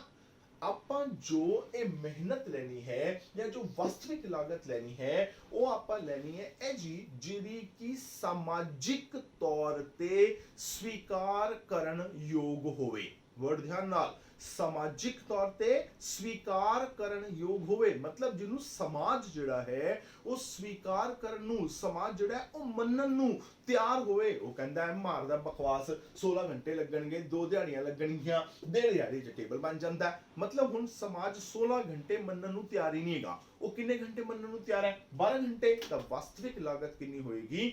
12 ਘੰਟੇ ਹੋਏਗੀ, ਉਹ 16 ਘੰਟੇ ਨਹੀਂ ਹੋਏਗੀ। ਮੰਨ ਲਓ ਮੈਂ ਕਹਾਂ ਕਿ ਲੋ ਜੀ ਮੈਂ ਤੁਹਾਨੂੰ ਪੜ੍ਹਾਣਾ ਹੈ, ਠੀਕ, ਮੈਂ ਤੁਹਾਨੂੰ ਇੱਕ ਟੌਪਿਕ ਕਲੀਅਰ ਕਰਾਣਾ ਹੈ, ਮੈਨੂੰ ਲੱਗਦਾ ਵੀ ਇਹ ਟੌਪਿਕ ਕਰਾਉਣ ਤੇ ਨਾ ਮੈਨੂੰ 8 ਲੈਕਚਰ ਲੱਗਣਗੇ, ਠੀਕ। ਮੈਂ ਕੀ ਕੀਤਾ, ਐਵੇਂ ਜਾਣ ਕੇ 8 ਦੀ ਬਜਾਏ ਲੈਕਚਰ ਬਣਾਤੇ 12। ਹੁਣ ਕੰਮ ਤਾਂ 8 ਲੈਕਚਰ ਦਾ ਸੀ, ਬਣਾ ਮੈਂ 12 ਦਿੱਤੇ। ਤਾਂ ਹੁਣ ਮੈਂ ਤੁਹਾਨੂੰ ਇਹ ਵਿਖਾਉਣ ਦੀ ਕੋਸ਼ਿਸ਼ ਕਰ ਰਿਹਾ, ਦੇਖੋ ਜੀ ਮੈਂ ਤੁਹਾਨੂੰ ਕਿੰਨਾ ਡੀਪਲੀ ਕਰਾ ਰਿਹਾ, ਮੈਂ 12 ਲੈਕਚਰ ਲਾਈ ਜਾਂਦਾ ਹੈਗਾ। ਉਹ ਕਹੇਗਾ ਸਰ ਜੀ ਕੰਮ ਤਾਂ 8 ਲੈਕਚਰਾਂ ਦਾ ਹੀ ਹੈ, ਐਵੇਂ ਤੁਸੀਂ ਟੰਗ ਖਿੱਚੀ ਜਾਂਦੇ ਹੋ ਟੌਪਿਕ ਦੀ, ਤਾਂ 12 ਲੈਕਚਰਾਂ ਦੇ ਬਣਾਈ ਜਾਂਦੇ ਹੋ। ਤਾਂ ਮੇਰੀ ਵਾਸਤਵਿਕ ਲਾਗਤ ਜਿਹੜੀ ਹੈ ਉਹ 8 ਲੈਕਚਰ ਕਾਊਂਟ ਹੋਣਗੇ, ਮੇਰੀ ਵਾਸਤਵਿਕ ਲਾਗਤ 12 ਲੈਕਚਰ ਜਿਹੜਾ ਹੈ ਉਹ ਕਾਊਂਟ ਨਹੀਂ ਹੋਣਗੇ। ਠੀਕ ਹੈ, ਤਾਂ ਜਿਹੜੀ ਵੀ ਕਿਸੇ ਵੀ ਚੀਜ਼ ਨੂੰ ਬਣਾਉਣ ਦੇ ਉੱਪਰ ਜੋ ਸਮਾਜ ਦੁਆਰਾ ਮੰਨਣ ਯੋਗ ਮਿਹਨਤ ਹੁੰਦੀ ਹੈ, ਉਹ ਕੀ ਹੋਏਗੀ, ਉਸ ਚੀਜ਼ ਨੂੰ ਬਣਾਉਣ ਦੀ ਵਾਸਤਵਿਕ ਲਾਗਤ ਜਿਹੜੀ ਹੈ ਉਹ ਹੋਏਗੀ। ਮਤਲਬ ਇਹ ਜੀ ਲਾਗਤ ਜਿਹਨੂੰ ਸਮਾਜ ਜਿਹੜਾ ਹੈ ਉਹ ਮੰਨਣ ਨੂੰ ਤਿਆਰ ਹੈ। ਤਾਂ ਹੁਣ ਇਹ ਤਾਂ ਵਰਡ ਹੋ ਗਿਆ ਮਿਹਨਤ। ਹੁਣ ਆ ਜੋ ਤਿਆਗ, ਵੀ ਜਦੋਂ ਇੱਕ ਬੰਦਾ ਮਿਹਨਤ ਕਰੇਗਾ, ਮੰਨ ਲਓ ਹੁਣ ਮੈਂ ਤੁਹਾਨੂੰ ਪੜ੍ਹਾ ਰਿਹਾ, ਅਗਰ ਮੈਂ ਇਸ ਟਾਈਮ ਘੜੀ ਵੇਖਾਂ ਤਾਂ ਮੇਰੀ ਘੜੀ ਤੇ ਇਸ ਟਾਈਮ ਹੋਏ ਨੇ ਸਵੇਰ ਦੇ 5:40। ਮੈਂ 5:40 ਤੇ ਇੱਕ ਲੈਕਚਰ ਲਾਉਂਦਾ ਪਿਆ ਸਵੇਰੇ। ਹੁਣ ਸੋਚੋ ਵੀ ਜੇ ਮੈਂ ਇਹ ਤੁਹਾਨੂੰ ਨਾ ਪੜ੍ਹਾ ਰਿਹਾ ਹੁੰਦਾ, ਮੈਂ ਮਿਹਨਤ ਨਾ ਕਰ ਰਿਹਾ ਹੁੰਦਾ ਤੇ ਕੀ ਹੁੰਦਾ, ਮੈਂ ਇਸ ਟਾਈਮ ਆਰਾਮ ਨਾਲ ਚਾਦਰ ਪਾ ਕੇ ਸੁੱਤਾ ਪਿਆ ਹੁੰਦਾ। ਤਾਂ ਮੈਂ ਕੀ ਕੀਤਾ, ਮੈਂ ਆਪਦੀ ਨੀਂਦ ਦਾ, ਆਪਦੇ ਆਰਾਮ ਦਾ ਤਿਆਗ ਕੀਤਾ ਹੈ। ਕਿੰਦੇ ਪਿੱਛੇ, ਤੁਹਾਨੂੰ ਪੜ੍ਹਾਉਣ ਪਿੱਛੇ। ਤਾਂ ਕਿੰਨਾ ਤਿਆਗ ਕਰਾਂਗਾ, ਓਬਵੀਅਸ ਹੈ ਜਿੰਨੀ ਮਿਹਨਤ ਕਰੂੰਗਾ। ਅਗਰ ਮੈਂ 35 ਮਿੰਟ ਦਾ ਲੈਕਚਰ ਲਾ ਰਿਹਾ, ਮਤਲਬ ਮੈਂ 35 ਮਿੰਟ ਦਾ ਤਿਆਗ ਕਰਦਾ ਪਿਆ, ਮਤਲਬ ਮੈਂ 35 ਮਿੰਟ ਤੁਹਾਡੇ ਪਿੱਛੇ ਆਦੇ ਛੱਡਦਾ ਪਿਆ। ਤਾਂ ਕੀ ਹੋਏਗਾ, ਜਿੰਨੀ ਮੈਂ ਮਿਹਨਤ ਕਰਾਂਗਾ ਉਨਾ ਹੀ ਮੈਨੂੰ ਆਪਣੇ ਆਰਾਮ ਦਾ ਕੀ ਕਰਨਾ ਪਏਗਾ, ਤਿਆਗ ਕਰਨਾ ਪਏਗਾ। ਤਾਂ ਤਿਆਗ ਨੂੰ ਵੀ ਆਪਾਂ ਵਾਸਤਵਿਕ ਲਾਗਤ ਕਹਿ ਲੈਂਦੇ ਹਾਂ। ਹੁਣ ਸੋਚੋ ਮੈਂ ਤੁਹਾਨੂੰ ਪੜ੍ਹਾ ਰਿਹਾ ਤਾਂ ਮੈਨੂੰ ਅੰਦਰੋਂ ਅੰਦਰ ਇਤਨਾ ਦੁੱਖ ਹੋ ਰਿਹਾ, ਯਾਰ ਆਰਾਮ ਨਾਲ ਸੁੱਤਾ ਹੁੰਦਾ, ਆਰਾਮ ਨਾਲ ਐਸ਼ ਮਾਰਦਾ ਹੁੰਦਾ, ਆਦੀ ਨੀਂਦ ਪੂਰੀ ਕਰਦਾ ਹੁੰਦਾ, ਹਨਾ, ਅੰਦਰੋਂ ਅੰਦਰ ਤਾਂ ਮੈਨੂੰ ਲੱਗ ਰਿਹਾ ਨਾ ਵੀ ਦੁੱਖ ਹੋ ਰਿਹਾ, ਤਕਲੀਫ ਜੀ ਹੋ ਰਹੀ ਹੈ, ਅੰਦਰੋਂ ਪੜ੍ਹਾ ਰਿਹਾ, ਅੰਦਰੋਂ ਮਤਲਬ ਦੁੱਖ ਹੋ ਰਿਹਾ ਹੈ, ਅੰਦਰੋਂ ਮਤਲਬ ਮੈਨੂੰ ਤਕਲੀਫ ਹੋ ਰਹੀ ਹੈ, ਹਾਂ ਮੈਨੂੰ ਪਰੇਸ਼ਾਨੀ ਜੀ ਹੋ ਰਹੀ ਹੈ। ਆਰਾਮ ਨਾਲ ਬੈਠੇ ਹੁੰਦੇ, ਯਾਰ ਕੀ ਐਵੇਂ ਖੜਾ ਐਵੇਂ ਬੋਲੀਏ ਨਾ ਫालतू ਦਾ, ਹਨਾ। ਤਾਂ ਉਹ ਕੀ ਹੈ, ਉਹ ਮੈਨੂੰ ਦੁੱਖ ਤਕਲੀਫ ਹੋ ਰਹੀ ਹੈ। ਤਾਂ ਹੁਣ ਇਹ ਦੁੱਖ ਤਕਲੀਫ ਕਿੰਨੀ ਦੇਰ ਤੱਕ ਹੋਏਗੀ, ਸੋਚੋ। ਵੈਸੇ ਹੋ ਨਹੀਂ ਰਹੀ, ਮੈਨੂੰ ਪੜ੍ਹਾਉਣਾ ਅੱਛਾ ਲੱਗਦਾ, ਮੈਂ ਤਾਂ ਹੀ ਪੜ੍ਹਾ ਰਿਹਾ, ਐਗਜ਼ਾਮਪਲ ਦੇ ਰਿਹਾ ਜਸਟ। ਤਾਂ ਮੈਨੂੰ ਹੁਣ ਦੁੱਖ ਤਕਲੀਫ ਕਿੰਨੀ ਦੇਰ ਤੱਕ ਹੋਏਗੀ, ਓਬਵੀਅਸ ਹੈ ਜਿੰਨੀ ਦੇਰ ਮੇਰਾ ਲੈਕਚਰ ਚੱਲੇਗਾ। ਜਦੋਂ ਮੇਰਾ ਲੈਕਚਰ ਖਤਮ, ਮੈਂ ਆਰਾਮ ਨਾਲ ਫਿਰ ਚਾਦਰ ਪਾਣੀ ਹੈ ਤੇ ਫਿਰ ਸੋ ਜਾਣਾ ਜਾ ਕੇ। ਤਾਂ ਅਗਰ ਆਪਾਂ ਵਾਸਤਵਿਕ ਲਾਗਤ ਦੀ ਗੱਲ ਕਰਦੇ ਹਾਂ ਤਾਂ ਆਪਾਂ ਮਿਹਨਤ ਦੇ ਰੂਪ ਚ ਮਾਪ ਸਕਦੇ ਹਾਂ, ਜੋ ਆਪਾਂ ਆਪਣੇ ਆਰਾਮ ਦਾ ਤਿਆਗ ਕੀਤਾ ਉਹਦੇ ਰੂਪ ਵਿੱਚ ਮਾਪ ਸਕਦੇ ਹਾਂ, ਤੇ ਜੋ ਆਪਾਂ ਨੂੰ ਉਸ ਕੰਮ ਦੇ ਦੌਰਾਨ ਜਿਹੜੀ ਦੁੱਖ ਤਕਲੀਫ ਹੋਈ ਆਪਾਂ ਉਹਦੇ ਚ ਵੀ ਮਾਪ ਸਕਦੇ ਹਾਂ। ਤਾਂ ਇਹਨੂੰ ਆਪਾਂ ਕਹਿੰਦੇ ਹਾਂ ਵਾਸਤਵਿਕ ਲਾਗਤ। ਨਾਮ ਕਲੀਅਰ ਹੋ ਗਿਆ। ਤਾਂ ਵਾਸਤਵਿਕ ਲਾਗਤ ਨੂੰ ਕਦੇ ਵੀ ਆਪਾਂ ਪੈਸੇ ਦੇ ਰੂਪ ਚ ਨਹੀਂ ਮਾਪਣਾ, ਇਹਨੂੰ ਆਪਾਂ ਮਿਹਨਤ ਦੇ ਰੂਪ ਚ ਮਾਪਾਂਗੇ, ਇਹਨੂੰ ਆਪਾਂ ਤਿਆਗ ਦੇ ਰੂਪ ਚ ਮਾਪਾਂਗੇ, ਇਹਨੂੰ ਆਪਾਂ ਦੁੱਖ ਤੇ ਤਕਲੀਫ ਦੇ ਰੂਪ ਦੇ ਵਿੱਚ ਜਿਹੜਾ ਹੈ ਉਹ ਮਾਪਾਂਗੇ। ਦੂਸਰੀ ਜਿਹੜੀ ਲਾਗਤ ਹੁੰਦੀ ਹੈ ਉਹਨੂੰ ਆਪਾਂ ਕਹਿੰਦੇ ਹਾਂ ਅਵਸਰ ਲਾਗਤ। ਹੁਣ ਇਹ ਅਵਸਰ ਲਾਗਤ ਜਿਹੜੀ ਹੈ ਇੱਕ ਹੀ ਚੀਜ਼ ਹੈ। ਦੇਖੋ ਅਵਸਰ ਦਾ ਮਤਲਬ ਕਲੀਅਰ ਕਰੋ। ਅਵਸਰ ਨੂੰ ਆਪਾਂ ਕਹਿੰਦੇ ਆ ਪੰਜਾਬੀ ਦੇ ਵਿੱਚ ਮੌਕਾ। ਠੀਕ ਹੈ, ਅਵਸਰ ਕੀ ਹੁੰਦਾ ਹੈ, ਮੌਕਾ ਲੈਣਾ। ਤਾਂ ਮੌਕੇ ਦੀ ਲਾਗਤ ਦਾ ਮਤਲਬ ਕੀ ਹੈ ਵੀ ਦੇਖੋ, ਆਪਾਂ ਨਾ ਇੱਕ ਕਹਾਵਤ ਆਉਂਦੀ ਹੈ, ਉਹ ਕਹਿੰਦੇ ਵੀ ਅਗਰ ਜ਼ਿੰਦਗੀ ਦੇ ਵਿੱਚ ਕੁਝ ਲੈਣਾ ਹੈ, ਕੁਝ ਪ੍ਰਾਪਤ ਕਰਨਾ ਹੈ, ਤਾਂ ਕੁਝ ਉਹਦੇ ਵਾਸਤੇ ਖੋਣਾ ਵੀ ਪੈਂਦਾ ਹੈ। ਮਤਲਬ ਬਿਨਾ ਕੁਝ ਖੋਏ ਕੁਝ ਤੁਸੀਂ ਪ੍ਰਾਪਤ ਨਹੀਂ ਕਰ ਸਕਦੇ। ਮਤਲਬ ਪਹਿਲਾਂ ਤਾਂ ਤੁਹਾਨੂੰ ਕੁਝ ਦੇਣਾ ਪਏਗਾ, ਫਿਰ ਤੁਹਾਨੂੰ ਕੁਝ ਮਿਲੇਗਾ। ਮਤਲਬ ਜੋ ਸਾਨੂੰ ਮਿਲਿਆ, ਠੀਕ ਹੈ, ਰਿਪੀਟ ਕਰ ਰਿਹਾ, ਜੋ ਸਾਨੂੰ ਮਿਲਿਆ ਉਹ ਕੀ ਚੀਜ਼ ਹੈ, ਉਹ ਹੈ ਉਹ ਮੌਕਾ ਜਿਹੜਾ ਅਸੀਂ ਲਿਆ। ਹੁਣ ਉਹ ਮੌਕਾ ਲੈਣ ਵਾਸਤੇ ਤੁਹਾਨੂੰ ਜਿੰਨੀ ਲਾਗਤ ਚੱਕਣੀ ਪਏਗੀ, ਮਤਲਬ ਉਸ ਮੌਕੇ ਦੇ ਬਦਲੇ ਜੋ ਤੁਹਾਨੂੰ ਦੇਣਾ ਪਏਗਾ, ਉਹ ਕੀ ਹੋਏਗਾ, ਉਹ ਉਹਦੀ ਅਵਸਰ ਲਾਗਤ ਯਾਨੀ ਕਿ ਮੌਕੇ ਦੀ ਲਾਗਤ ਜਿਹੜੀ ਹੈ ਉਹ ਹੋਏਗੀ। ਨਾਮ ਤੋਂ ਕਲੀਅਰ ਕਰਦੇ ਆ ਵੀ ਤੁਸੀਂ ਇੱਕ ਅਵਸਰ ਯਾਨੀ ਕਿ ਮੌਕਾ ਲੈਣਾ ਹੈ, ਉਹ ਮੌਕਾ ਲੈਣ ਦੇ ਬਦਲੇ ਤੁਹਾਨੂੰ ਜੋ ਦੇਣਾ ਪਏਗਾ ਉਹ ਕੀ ਹੋਏਗਾ, ਉਹਨੂੰ ਆਪਾਂ ਉਸ ਚੀਜ਼ ਦੀ ਅਵਸਰ ਲਾਗਤ ਜਿਹੜੀ ਹੈ ਉਹ ਕਵਾਂਗੇ। ਮੈਂ ਬੜੀ ਸਿੰਪਲ ਜੀ ਐਗਜ਼ਾਮਪਲ ਦੇਣਾ। ਦੇਖੋ ਆਮ ਤੌਰ ਤੇ ਕੀ ਹੁੰਦਾ ਹੈ, ਜਦੋਂ ਸਾਈਕੋਲੋਜੀ ਪੜ੍ਹਦੇ ਆ, ਕਿਉਂਕਿ ਮੈਂ ਬਹੁਤ ਸਾਲ ਸਾਈਕੋਲੋਜੀ ਵੀ ਪੜ੍ਹਾਈ ਹੈ, ਤਾਂ ਸਾਈਕੋਲੋਜੀ ਦੇ ਵਿੱਚ ਨਾ ਇੱਕ ਟੌਪਿਕ ਆਉਂਦਾ, ਉਹਨੂੰ ਆਪਾਂ ਕਹਿੰਦੇ ਆ ਕਨਫਲਿਕਟ। ਕਨਫਲਿਕਟਸ। ਕਨਫਲਿਕਟਸ ਨੂੰ ਆਪਾਂ ਕਹਿ ਸਕਦੇ ਹਾਂ ਉਲਝਣ, ਜਾਂ ਅਗਰ ਆਪਾਂ ਬਿਲਕੁਲ ਪੰਜਾਬੀ ਦੇ ਵਿੱਚ ਠੇਠ ਪੰਜਾਬੀ ਬੋਲੀਏ, ਆਪਾਂ ਕਹਿੰਦੇ ਹਾਂ ਦੁਚਿੱਤੀ। ਦੂ ਮਤਲਬ ਦੋ, ਚਿੱਤੀ ਮਤਲਬ ਮਨ। ਵੀ ਤੁਹਾਡਾ ਮਨ ਜਿਹੜਾ ਨਾ ਉਹ ਦੋ ਚੀਜ਼ਾਂ ਦੇ ਵਿੱਚ ਫਸਿਆ ਹੋਇਆ, ਉਹਨੂੰ ਆਪਾਂ ਕਹਿੰਦੇ ਦੁਚਿੱਤੀ, ਮਤਲਬ ਉਲਝਣ। ਮਤਲਬ ਤੁਸੀਂ ਉਲਝਣ ਚ ਫਸ ਗਏ ਵੀ ਆ ਲਵਾਂ ਕਿ ਆ ਲਵਾਂ। ਜਿਵੇਂ ਉਹ ਕਹਿੰਦੇ ਵੀ ਜਿਹੜੇ ਵੀ ਦੁਚਿੱਤੀਆਂ ਹੁੰਦੀਆਂ ਨੇ, ਇਹ ਜਿਹੜੀਆਂ ਉਲਝਣਾਂ ਹੁੰਦੀਆਂ ਨੇ, ਜਾਂ ਜਿਹੜੇ ਕਨਫਲਿਕਟਸ ਹੁੰਦੇ ਨੇ, ਇਹ ਕੀ ਹੁੰਦੇ ਨੇ, ਇਹ ਤਿੰਨ ਤਰ੍ਹਾਂ ਦੇ ਹੁੰਦੇ ਨੇ। ਤਿੰਨ ਤਰ੍ਹਾਂ ਦੇ ਉਲਝਣਾਂ ਕਿੰਨੀ ਤਰ੍ਹਾਂ ਦੀਆਂ ਹੁੰਦੀਆਂ ਨੇ, ਤਿੰਨ ਤਰ੍ਹਾਂ ਦੀਆਂ। ਪਹਿਲੀ ਉਲਝਣ, ਉਹਨੂੰ ਆਪਾਂ ਕਹਿੰਦੇ ਆ ਅਪਰੋਚ। ਮਤਲਬ ਪੰਜਾਬੀ ਚ ਬੋਲਾਂ ਤਾਂ ਹਾਂ ਉਲਝਣ। ਠੀਕ ਹੈ, ਹਾਂ ਉਲਝਣ ਕੀ ਹੈ, ਕਹਿੰਦੇ ਨੇ ਦੋ ਚੀਜ਼ਾਂ ਨੇ ਆਪਣੇ ਸਾਹਮਣੇ। ਮੰਨ ਲਓ ਮੇਰੇ ਸਾਹਮਣੇ ਇੱਕ ਆ ਚੀਜ਼ ਪਈ ਹੈ, ਇੱਕ ਆ ਚੀਜ਼ ਪਈ ਹੈ। ਇਹਨੂੰ ਵੀ ਹਾਂ ਹੈ ਤੇ ਇਹਨੂੰ ਵੀ ਹਾਂ ਹੈ, ਮਤਲਬ ਮੈਂ ਆ ਵੀ ਚੀਜ਼ ਲੈਣਾ ਚਾਹਨਾ ਤੇ ਮੈਂ ਆ ਵੀ ਚੀਜ਼ ਲੈਣਾ ਚਾਹਨਾ, ਪਰ ਦੋਨਾਂ ਚੋਂ ਇੱਕ ਮਿਲੇਗੀ। ਹੁਣ ਮੈਂ ਫਸ ਗਿਆ, ਹੁਣ ਮੈਨੂੰ ਉਲਝਣ ਪੈਦਾ ਹੋਈ ਕਿ ਮੈਂ ਆ ਚੀਜ਼ ਲਵਾਂ ਕਿ ਮੈਂ ਆ ਚੀਜ਼ ਲਵਾਂ। ਮੰਨ ਲਓ ਵੀ ਤੁਸੀਂ ਬਾਜ਼ਾਰ ਦੇ ਵਿੱਚ ਸ਼ਰਟ ਲੈਣ ਗਏ, ਠੀਕ, ਦੁਕਾਨਦਾਰ ਨੇ ਤੁਹਾਨੂੰ ਕਮੀਜ਼ਾਂ ਦਿਖਾਈਆਂ, ਜਿਹੜੀਆਂ ਤੁਹਾਨੂੰ ਨਹੀਂ ਪਸੰਦ ਸੀ ਤੁਸੀਂ ਬਾਹਰ ਕੱਢਦੀਆਂ ਵੀ ਆ ਨਹੀਂ ਪਸੰਦ, ਆ ਵੀ ਕੱਢ ਦੇ, ਆ ਵੀ ਕੱਢ ਦੇ, ਆ ਵੀ ਕੱਢ ਦੇ। ਅਖੀਰ ਤੇ ਕੀ ਹੋਇਆ, ਤੁਹਾਡੇ ਸਾਹਮਣੇ ਦੋ ਸ਼ਰਟ ਆ ਗਈਆਂ, ਠੀਕ ਹੈ। ਹੁਣ ਉਹ ਦੋ ਸ਼ਰਟਸ ਜਿਹੜੀਆਂ ਨੇ, ਉਹ ਦੋਨਾਂ ਸ਼ਰਟਸ ਦੀ ਕੰਪਨੀ ਸੇਮ ਹੈ, ਠੀਕ ਹੈ। ਨੰਬਰ 2, ਕੱਪੜੇ ਦੀ ਕੁਆਲਿਟੀ ਵੀ ਸੇਮ ਹੈ, ਕੀਮਤ ਵੀ ਸੇਮ ਹੈ, ਪਰ ਫਰਕ ਕਿਸ ਗੱਲ ਦੇ ਵਿੱਚ ਹੈ, ਰੰਗ ਤੇ ਡਿਜ਼ਾਈਨ। ਹੁਣ ਤੁਸੀਂ ਉਹ ਦੋਨਾਂ ਚੋਂ ਇੱਕ ਚੱਕਣੀ ਹੈ। ਹੁਣ ਤੁਸੀਂ ਕਹੋਗੇ, ਮੈਂ ਪੁੱਛਾਂ ਵੀ ਕਿਹੜੀ ਚੱਕੋਗੇ, ਤੁਸੀਂ ਕਹੋਗੇ ਵੀ ਜਿਹੜਾ ਰੰਗ ਮੇਰੇ ਕੋਲ ਨਹੀਂ ਹੋਏਗਾ। ਮੈਂ ਕਹਾਂਗਾ ਦੋਨੋਂ ਰੰਗ ਤੁਹਾਡੇ ਕੋਲ ਨਹੀਂ ਹੈਗੇ, ਹੁਣ ਬੋਲੋ ਕਿਹੜੀ ਚੱਕੋਗੇ। ਆ ਕਿਆ, ਤੁਹਾਨੂੰ ਉਹ ਦੋਨੋਂ ਸ਼ਰਟ ਜਿਹੜੀਆਂ ਨੇ ਬਰਾਬਰ ਪਸੰਦ ਨੇ, ਕੋਈ ਫਰਕ ਨਹੀਂ ਲੱਗਦਾ ਪਿਆ, ਲੱਗਦਾ ਆ ਵਿੱਚ ਵਧੀਆ ਹੈ, ਆ ਵੀ ਵਧੀਆ ਹੈ, ਪਰ ਪੈਸੇ ਤੁਹਾਡੇ ਕੋਲ ਇੱਕ ਸ਼ਰਟ ਦੇ ਨੇ। ਯਾਨੀ ਹੁਣ ਇਸ ਸ਼ਰਟ ਨੂੰ ਵੀ ਹਾਂ ਹੈ ਤੇ ਇਸ ਸ਼ਰਟ ਨੂੰ ਵੀ ਹਾਂ ਹੈ, ਪਰ ਮਿਲਣੀ ਇੱਕ ਹੈ। ਹੁਣ ਤੁਸੀਂ ਫਸ ਗਏ, ਤੁਹਾਨੂੰ ਆਪਾਂ ਕਹਾਂਗੇ ਹਾਂ ਉਲਝਣ। ਇੱਕ ਹੁੰਦੀ ਹੈ ਜਿਹਨੂੰ ਆਪਾਂ ਕਹਿੰਦੇ ਆ ਹਾਂ ਨਾ ਉਲਝਣ, ਵੀ ਇੱਕ ਚੀਜ਼ ਆ ਪਈ ਹੈ, ਇੱਕ ਚੀਜ਼ ਆ ਪਈ ਹੈ, ਇੱਕ ਨੂੰ ਹਾਂ ਹੈ ਤੇ ਇੱਕ ਨੂੰ ਨਾ ਹੈ। ਮਤਲਬ ਆ ਤਾਂ ਲੈਣੀ ਹੈ ਪਰ ਆ ਨਹੀਂ ਲੈਣੀ, ਪਰ ਆ ਜਿਹੜੀ ਨਹੀਂ ਲੈਣੀ ਨਾ, ਉਹ ਕਹਿੰਦੀ ਹੈ ਵੀ ਜੇਕਰ ਇਹਨੂੰ ਹਾਂ ਕਰੇਗਾ ਨਾ ਤਾਂ ਮੈਂ ਨਾਲ ਆਵਾਂਗੀ। ਮਤਲਬ ਜਿਹਨੂੰ ਹਾਂ ਕਰੋਗੇ ਉਹ ਤਾਂ ਆਏਗੀ, ਨਾ ਵਾਲੀ ਨਾਲ ਆਏਗੀ। ਹੁਣ ਮੈਂ ਚਾਹਨਾ ਵੀ ਜਿਹੜੀ ਹਾਂ ਵਾਲੀ ਹੈ, ਜਿਹੜੀ ਮੈਂ ਲੈਣਾ ਚਾਹਨਾ ਉਹ ਤਾਂ ਆਵੇ, ਪਰ ਜਿਹੜੀ ਨਾ ਵਾਲੀ ਹੈ ਇਹ ਨਾ ਆਵੇ, ਪਰ ਨਾ ਵਾਲੀ ਕਹਿੰਦੀ ਮੈਂ ਤਾਂ ਨਾਲ ਆਵਾਂਗੀ।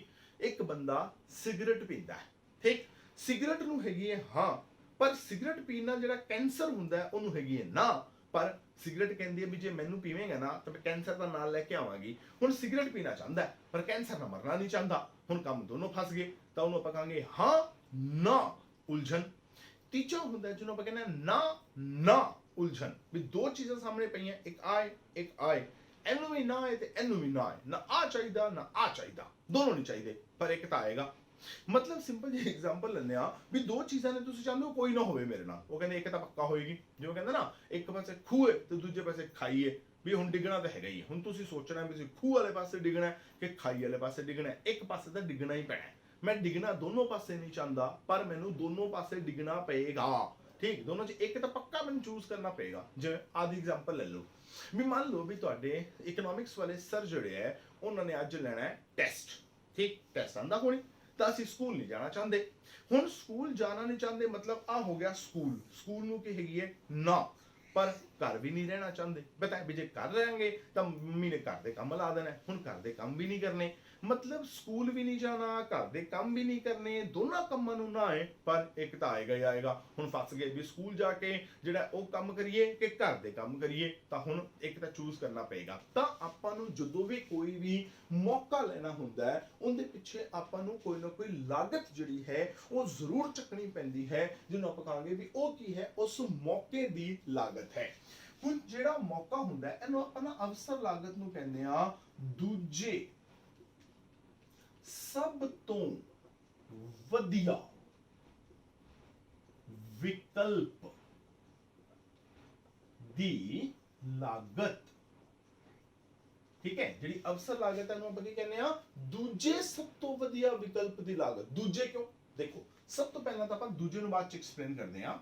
ਕਹਿੰਦਾ ਹੈ ਵਿਕਲਪ ਕੀ ਹੁੰਦਾ ਹੈ, ਆਪਾਂ ਕਹਿੰਦੇ ਨਾ ਆਪ ਨੂੰ ਕੁਐਸਚਨ ਆਉਂਦੇ ਨੇ ਜੀ, ਮਲਟੀਪਲ ਚੁਆਇਸ ਕੁਐਸਚਨ ਆਉਂਦੇ ਨੇ। ਮਲਟੀਪਲ ਚੁਆਇਸ ਕੁਐਸਚਨ ਕਿਹੜੇ ਹੁੰਦੇ ਆ, ਵੀ ਇੱਕ ਕੁਐਸਚਨ ਹੋਏਗਾ, ਥੱਲੇ ਉਹਦੇ 4 ਆਪਸ਼ਨ ਹੋਣਗੇ, ਉਹਨੂੰ ਆਪਾਂ ਕਹਿੰਦੇ ਆ ਉਹ ਕੀ ਨੇ, ਮਲਟੀਪਲ ਚੁਆਇਸ ਕੁਐਸਚਨਸ, ਮਤਲਬ ਬਹੁ ਵਿਕਲਪੀ ਪ੍ਰਸ਼ਨ। ਬਹੁ ਮਤਲਬ ਬਹੁਤ ਸਾਰੇ, ਵਿਕਲਪੀ ਯਾਨੀ ਕਿ ਆਪਸ਼ਨਸ ਹੋਣਗੇ। ਤਾਂ ਕਹਿੰਦਾ ਇਹਦੇ ਵਿੱਚ ਵੀ ਕੀ ਹੋਏਗਾ, ਅਵਸਰ ਲਾਗਤ ਦੇ ਵਿੱਚ ਤੁਹਾਨੂੰ ਬਹੁਤ ਸਾਰੇ ਵਿਕਲਪ ਦਿੱਤੇ ਹੋਣਗੇ। ਜੇ ਆਪਾਂ ਆਪਸ਼ਨ ਲੈਣੇ ਆ, ਮੰਨ ਲਓ ਵੀ ਇੱਕ ਬੰਦਾ ਹੈ, ਇੱਕ ਬੰਦੇ ਨੂੰ ਨੌਕਰੀ ਵਾਸਤੇ ਨੇ ਅਪਲਾਈ ਕੀਤਾ, ਮੰਨ ਲਓ 4 ਨੌਕਰੀਆਂ ਵਾਸਤੇ ਉਸ ਬੰਦੇ ਨੇ ਅਪਲਾਈ ਕੀਤਾ। ਹੋਇਆ ਕਿ ਵੀ ਉਹਦੀ ਸਿਲੈਕਸ਼ਨ ਚਾਰੋਂ ਨੌਕਰੀਆਂ ਚ ਹੋ ਗਈ, ਠੀਕ, ਤਾਂ ਉਹਨੇ ਹਿਸਾਬ ਲਾਇਆ ਬੈ ਕੇ, ਉਹ ਕਹਿੰਦਾ ਪਹਿਲੀ ਨੌਕਰੀ ਜਿਹੜੀ ਮੇਰੀ ਲੱਗੀ ਹੈ ਉਹ ਲੱਗੀ ਹੈ ਬੈਂਕ ਦੇ ਵਿੱਚ ਕਲਰਕ ਦੀ। ਦੂਜੀ ਨੌਕਰੀ ਜਿਹੜੀ ਮੇਰੀ ਲੱਗੀ ਹੈ ਉਹ ਲੱਗੀ ਹੈ ਮੰਨ ਲਓ ਕਿ ਰੁਜ਼ਗਾਰ ਦਫ਼ਤਰ, ਠੀਕ ਹੈ, ਜਿਹੜੇ ਰੁਜ਼ਗਾਰ ਦਫ਼ਤਰ ਹੁੰਦੇ ਆ, ਰੁਜ਼ਗਾਰ ਦਫ਼ਤਰ ਦੇ ਵਿੱਚ ਕਲਰਕ ਦੀ। ਤੀਸਰੀ ਜਿਹੜੀ ਮੇਰੀ ਜੌਬ ਲੱਗੀ ਹੈ ਉਹ ਲੱਗੀ ਹੈ ਮੰਨ ਲਓ ਵੀ ਇੱਥੇ ਟੀਚਰ ਦੀ, ਤਾਂ ਆਪਾਂ ਅਧਿਆਪਕ ਲਿਖਤਾ, ਠੀਕ ਹੈ। ਇੱਕ ਜੌਬ ਮੇਰੀ ਹੈ ਟੀਚਰ ਦੀ ਲੱਗੀ ਹੈ। एक जिहड़ी मेरी जॉब लगी है वो लगी है मान लो पटवारी दी, ठीक है। ਤਾਂ ਆ ਚਾਰ ਨੌਕਰੀਆਂ ਦੇ ਵਿੱਚ ਉਸ ਬੰਦੇ ਨੂੰ ਕੀ ਹੋਇਆ, ਸਿਲੈਕਸ਼ਨ ਹੋ ਗਈ ਵੀ ਇੱਕ ਸਿਲੈਕਸ਼ਨ ਹੋਈ ਬੈਂਕ ਦੇ ਵਿੱਚ ਕਲਰਕ ਦੀ, ਇੱਕ ਸਿਲੈਕਸ਼ਨ ਹੋਈ ਰੁਜ਼ਗਾਰ ਦਫ਼ਤਰ ਚ ਕਲਰਕ ਦੀ, ਇੱਕ ਹੋਈ ਅਧਿਆਪਕ ਦੀ, ਇੱਕ ਹੋਈ ਪਟਵਾਰੀ ਦੀ। ਤਾਂ ਚਾਰ ਨੌਕਰੀਆਂ ਵਾਸਤੇ ਉਹਨੇ ਅਪਲਾਈ ਕੀਤਾ ਸੀ, ਚਾਰਾਂ ਸਿਲੈਕਸ਼ਨ ਹੋ ਗਈ। ਉਹਨੇ ਹਿਸਾਬ ਲਾਇਆ ਵੀ ਅਗਰ ਮੈਂ ਇਹਨਾਂ ਸਾਰਿਆਂ ਦੀ ਤਨਖਾਹ ਵੇਖਾਂ ਤਾਂ ਕੀ ਹੈ। ਉਹ ਕਹਿੰਦਾ ਅਗਰ ਮੈਂ ਬੈਂਕ ਚ ਵੀ ਕਲਰਕ ਲੱਗਣਾ ਤਾਂ ਮੇਰੀ ਤਨਖਾਹ ਹੈ 40,000 ਰੁਪਏ ਮਹੀਨਾ। ਜੇ ਮੈਂ ਰੁਜ਼ਗਾਰ ਦਫ਼ਤਰ ਦੇ ਵਿੱਚ ਕਲਰਕ ਲੱਗਣਾ ਮੇਰੀ ਤਨਖਾਹ ਹੈ 35,000 ਰੁਪਏ ਮਹੀਨਾ। ਜੇ ਮੈਂ ਟੀਚਰ ਲੱਗਣਾ ਮੇਰੀ ਤਨਖਾਹ ਹੈ 50,000 ਰੁਪਏ ਮਹੀਨਾ। ਤੇ ਜੇ ਮੈਂ ਪਟਵਾਰੀ ਲੱਗਦਾ ਮੇਰੀ ਤਨਖਾਹ ਹੈ 30,000 ਰੁਪਏ ਮਹੀਨਾ। ਠੀਕ ਹੋ ਗਿਆ। ਤਾਂ ਉਹਦੇ ਸਾਹਮਣੇ ਚਾਰ ਨੌਕਰੀਆਂ ਨੇ, ਚਾਰ ਨੌਕਰੀਆਂ ਦੇ ਸਾਹਮਣੇ ਉਹਦੇ ਸਾਹਮਣੇ ਚਾਰ ਤਨਖਾਹਾਂ ਜਿਹੜੀਆਂ ਨੇ ਉਹ ਆ ਜਾਂਦੀਆਂ ਨੇ, ਆ ਗਈਆਂ। ਹੁਣ ਸੋਚੋ ਵੀ ਅਗਰ ਉਹਨੂੰ ਇਹਨਾਂ ਚਾਰਾਂ ਦੇ ਵਿੱਚ, ਹੁਣ ਬੰਦਾ ਇੱਕ ਹੈ, ਹੁਣ ਚਾਰ ਨੌਕਰੀਆਂ ਤਾਂ ਕਰ ਨਹੀਂ ਸਕਦਾ, ਨੌਕਰੀ ਤਾਂ ਇੱਕ ਹੀ ਕਰੇਗਾ। ਹੁਣ ਇਹਨਾਂ ਚਾਰੋਂ ਨੌਕਰੀਆਂ ਦੇ ਵਿੱਚੋਂ ਉਹਨੇ ਕੀ ਕਰਨਾ ਹੈ, ਇੱਕ ਨੌਕਰੀ ਜਿਹੜੀ ਹੈ ਉਹ ਚੂਜ਼ ਕਰਨੀ ਹੈ ਕਿ ਮੈਂ ਇਹਨਾਂ ਚਾਰਾਂ ਦੇ ਵਿੱਚੋਂ ਕਿਹੜੀ ਨੌਕਰੀ ਲਵਾਂ। ਅਗਰ ਉਹ ਸਮਝਦਾਰ ਹੋਏਗਾ ਨਾ, ਸਭ ਤੋਂ ਜ਼ਿਆਦਾ ਤਨਖਾਹ ਵਾਲੀ ਨੌਕਰੀ ਲਏਗਾ। ਮਤਲਬ ਕਹੇਗਾ ਮੈਂ ਤਾਂ ਜੀ ਟੀਚਰ ਬਣਨਾ ਹੈ, ਮੈਂ ਤਾਂ ਅਧਿਆਪਕ ਬਣਨਾ ਹੈ, ਤਾਂ ਹੁਣ ਉਹਨੇ ਆ ਤਾਂ ਚੱਕ ਲਈ, ਠੀਕ। ਹੁਣ ਅਗਰ ਮੰਨ ਲਓ ਕੋਈ ਉਹਨੂੰ ਪੁੱਛੇ ਵੀ ਲੈ ਵੀ ਟੀਚਰ ਦੀ ਨੌਕਰੀ ਲੈਣ ਵਾਸਤੇ ਕਿਹੜੀ ਨੌਕਰੀ ਛੱਡੀ, ਟੀਚਰ ਦੀ ਨੌਕਰੀ ਲੈਣ ਵਾਸਤੇ ਕਿਹੜੀ ਨੌਕਰੀ ਛੱਡੀ, ਉਹ ਕੀ ਕਹੇਗਾ, ਉਹ ਕਹੇਗਾ ਦੇਖੋ ਜੀ ਚਾਰ ਨੌਕਰੀਆਂ ਆਈਆਂ ਸੀ, ਠੀਕ ਹੈ। ਬੈਂਕ ਕਲਰਕ ਦੀ ਆਈ ਸੀ, ਆਪਾਂ ਉਹ ਵੀ ਛੱਡਤੀ ਹੈ। ਰੁਜ਼ਗਾਰ ਦਫ਼ਤਰ ਦੇ ਕਲਰਕ ਦੀ ਆਈ ਸੀ, ਉਹ ਵੀ ਛੱਡਤੀ। ਪਟਵਾਰੀ ਦੀ ਆਈ ਸੀ, ਉਹ ਵੀ ਛੱਡਤੀ। ਮੈਂ ਕਹਾਂਗਾ ਯਾਰ ਐਵੇਂ ਕਿਵੇਂ ਹੋ ਸਕਦਾ ਵੀ ਤੂੰ ਇੱਕ ਨੌਕਰੀ ਲੈਣ ਵਾਸਤੇ ਤਿੰਨ ਨੌਕਰੀਆਂ ਕਿਵੇਂ ਛੱਡਤੀਆਂ। ਤਿੰਨ ਨੌਕਰੀਆਂ ਤਾਂ ਤੂੰ ਛੱਡ ਹੀ ਨਹੀਂ ਸਕਦਾ। ਕਿਉਂ, ਜੇ ਤੂੰ ਆ ਟੀਚਰ ਦੀ ਨੌਕਰੀ ਨਾ ਲਈ ਹੁੰਦੀ, ਮੈਂ ਪੁੱਛਦਾ ਫਿਰ ਤੂੰ ਕਿਹੜੀ ਨੌਕਰੀ ਲੈਂਦਾ। ਉਹ ਕਹਿੰਦਾ ਜੀ ਬੈਂਕ ਕਲਰਕ ਦੀ ਤਨਖਾਹ 40,000 ਸੀ, ਰੁਜ਼ਗਾਰ ਦਫ਼ਤਰ ਦੇ ਕਲਰਕ ਦੀ 35,000 ਸੀ, ਪਟਵਾਰੀ ਦੀ 30,000 ਸੀ। ਜੇ ਮੈਂ ਟੀਚਰ ਨਾ ਹੁੰਦਾ ਨਾ, ਫਿਰ ਮੈਂ ਬੈਂਕ ਦੇ ਕਲਰਕ ਲੱਗਿਆ ਹੁੰਦਾ ਤੇ ਆ 40,000 ਰੁਪਏ ਤਨਖਾਹ ਲੈ ਰਿਹਾ ਹੁੰਦਾ। ਮੈਂ ਕਹਾਂਗਾ ਫਿਰ ਭਾਈ ਸਾਹਿਬ ਤੂੰ ਤਿੰਨ ਨੌਕਰੀਆਂ ਨਹੀਂ ਛੱਡੀਆਂ, ਕਿਉਂਕਿ ਜੇ ਤੂੰ ਅਧਿਆਪਕ ਨਾ ਹੁੰਦਾ ਤਾਂ ਤੂੰ ਬੈਂਕ ਵਿੱਚ ਕਲਰਕ ਲੱਗਿਆ ਹੁੰਦਾ। ਤੂੰ ਜਿਹੜੀ ਨੌਕਰੀ ਛੱਡੀ ਹੈ ਨਾ ਬੈਂਕ ਕਲਰਕ ਦੀ ਛੱਡੀ ਹੈ, ਜਿਹੜੇ ਰੁਜ਼ਗਾਰ ਦਫ਼ਤਰ ਦਾ ਕਲਰਕ ਸੀ ਜਾਂ ਜੋ ਪਟਵਾਰੀ ਸੀ, ਇਹਨਾਂ ਨੌਕਰੀਆਂ ਤੇ ਤਾਂ ਤੂੰ ਹੋਣਾ ਹੀ ਨਹੀਂ ਸੀ, ਤੇ ਫਿਰ ਤੈਨੂੰ ਉਹਨੂੰ ਛੱਡ ਕਿਵੇਂ ਦਿੱਤਾ। ਮਤਲਬ ਹੁਣ ਇੱਥੇ ਦੇਖੋ ਵੀ ਉਹਦੇ ਕੋਲ ਚਾਰ ਵਿਕਲਪ ਸੀ, ਚਾਰ ਕੀ ਸੀ, ਆਪਸ਼ਨ ਸੀ। ਉਹਨੇ ਕੀ ਕਰਨਾ ਹੈ, ਉਹਨੇ ਸਭ ਤੋਂ ਪਹਿਲਾ ਆਪਸ਼ਨ ਜਿਹੜਾ ਉਹ ਚੱਕ ਲੈਣਾ ਹੈ। ਕਿਉਂਕਿ ਇਕਨੋਮਿਕਸ ਦੇ ਵਿੱਚ ਆਪਾਂ ਜਿਸ ਵਿਅਕਤੀ ਦੀ ਗੱਲ ਕਰਦੇ ਹਾਂ ਉਹ ਵਿਅਕਤੀ ਸਮਝਦਾਰ ਹੁੰਦਾ ਹੈ, ਦਿਮਾਗ ਨਾਲ ਕੰਮ ਲੈਂਦਾ ਹੈ। ਆਪਾਂ ਜਿਹੜੇ ਮਾਨਸਿਕ ਤੌਰ ਤੇ ਜਿਹੜੇ ਕਮਜ਼ੋਰ ਲੋਕ ਹੁੰਦੇ ਨੇ ਉਹਨੂੰ ਆਪਾਂ ਇਕਨੋਮਿਕਸ ਦੇ ਵਿੱਚ ਕਾਊਂਟ ਹੀ ਨਹੀਂ ਕਰਦੇ। ਤਾਂ ਉਹ ਸਭ ਤੋਂ ਵਧੀਆ ਨੌਕਰੀ ਲਏਗਾ। ਜੇ ਸਭ ਤੋਂ ਵਧੀਆ ਨੌਕਰੀ ਲਏਗਾ ਇਹ ਹੋਏਗਾ ਉਹਦਾ ਪਹਿਲਾ ਵਿਕਲਪ। मतलब कहना सब तो पहली प्रेफरेंस तो आ है। जे वो पहली लेगा एना मतलब अगर मान लो उनको कोई चार ने, पहली उन्हें ले ली, ठीक, बाकी केड़ियां बचियां 2 3 ते 4। ਆਪਾਂ ਕੀ ਕਹਾਂਗੇ, ਉਹਨੇ ਪਹਿਲੀ ਲੈਣ ਵਾਸਤੇ ਕਿਹੜੀ ਛੱਡੀ, 2 3 4, ਗਲਤ। ਕਿਉਂਕਿ ਜੇ ਉਹਨੇ ਪਹਿਲੀ ਲਈ ਹੈ ਤਾਂ ਉਹਨੇ ਦੂਜੀ ਛੱਡੀ ਹੈ। ਕਿਉਂਕਿ ਜੋ ਪਹਿਲੀ ਨੌਕਰੀ ਤੇ ਨਾ ਹੁੰਦਾ ਤਾਂ ਦੂਜੀ ਤੇ ਹੁੰਦਾ।